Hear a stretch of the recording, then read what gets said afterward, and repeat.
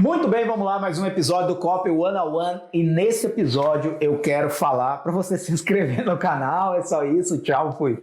Não, eu tô brincando, se inscreve no canal, ativa a notificação, dá um like aí, faz essa parada chegar a mais pessoas, vamos fazer essa parada junto, mano, se inscreve aí, ativa a notificação. Mano, mina, é nóis.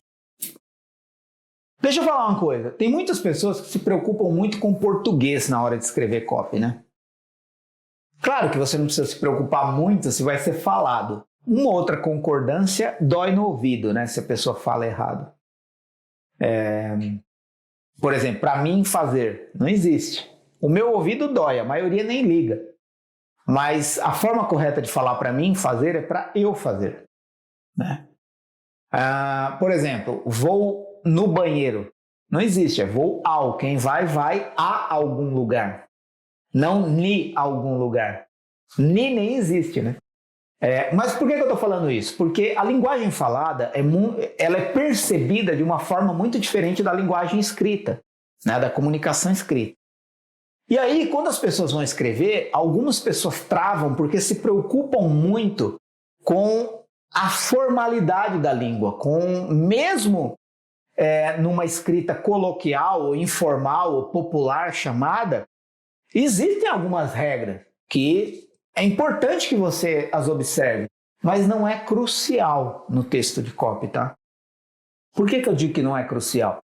Porque o texto de copy, em primeiro lugar, ele deve ser persuasivo e emocional, para conduzir a pessoa numa direção daquilo que você quer que ela faça. Então, se você começa escrevendo muito preocupado com a formalidade da língua, você tende a deixar o seu texto artificial e frio.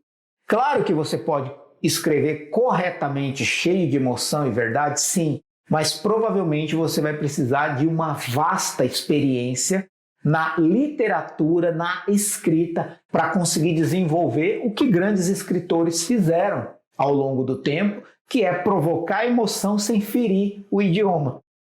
Mas pensando em nós que trabalhamos para vender produtos por meio de palavras ou de estruturas persuasivas bem escritas, que são os copies, a gente não precisa se preocupar em primeiro lugar com a correção do português. A correção do português talvez seja a última fase.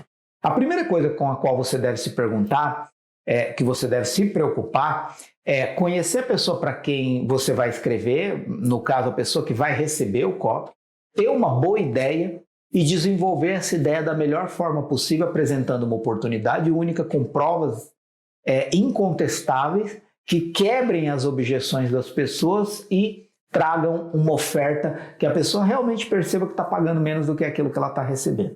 Feito isso dentro dessa estrutura fundamental de qualquer proposta ou campanha de venda, você escreve aquilo que você falaria para uma pessoa na sua frente e simplesmente derrama no papel ou nas teclas aquilo que você quer dizer. E aí depois que você investiga se o seu copy tem uma boa ideia, traz uma oportunidade única com provas incontestáveis, quebra as objeções e apresenta uma oferta irrecusável, é nesse momento e só depois desse momento que você já tem uma estrutura pronta de copy funcional que você vai se preocupar em corrigir alguma falha imperdoável do português. Então, eu gosto de dizer que antes da revisão do português, vem a revisão da estrutura do copy. Se aquele copy está claro, se aquele copy não está confuso, se aquele copy está transmitindo provas que dão para a pessoa condição de acreditar e não estão mentirosos, não são afirmações mentirosas ou não comprovadas, que arriscam a confiança da pessoa, ou se é um copy chato, sem emoção, frio, de tanta preocupação em acertar a forma correta de escrever, esqueceu que aquele texto precisa vir carregado de emoção persuasiva que vai levar a pessoa adiante. Feito isso, revisou isso, escreveu desse jeito, aí sim, você faz uma leitura em voz alta para pegar algum erro de pontuação, algum erro de escrita ou digitação, algum erro de concordância, né? Às vezes verbal, às vezes pronomial, mas essa deve ser a última preocupação. Inclusive, eu conheço pessoas que escrevem e que não conhecem ou não são peritas na escrita correta, que depois submetem o copy que escreveram a uma pessoa que é perita em revisão de português, de gramática, de ortografia, seja o que for, que aí essas pessoas podem fazer um pente fino e otimizar aquele copy para uma correção de português viável sem perder a emoção, a verdade, a espontaneidade e a persuasão que aquele copy deve trazer. Então, essa é uma coisa importante, né?